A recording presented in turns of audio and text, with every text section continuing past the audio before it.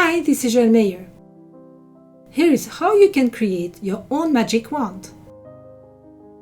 Take a wooden dowel about 35 cm or 14 inches long. Take a piece of paper towel and put a little gold paint in it. Rub the entire length of the dowel with a paper towel and let dry. This is an easy way to paint a wooden dowel. Print the star pattern and cut it out. Trace the pattern twice on gold cardstock. Cut out the 2 stars.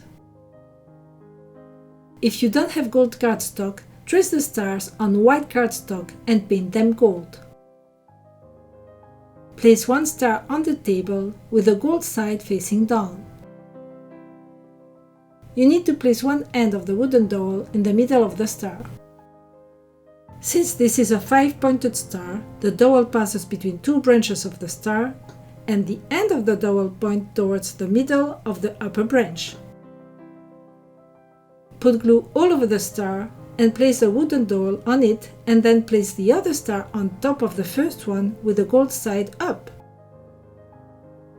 Your magic wand is now complete with a star that is golden on both sides. Now it's time to see if your magic wand has any special powers. Oh, mine has!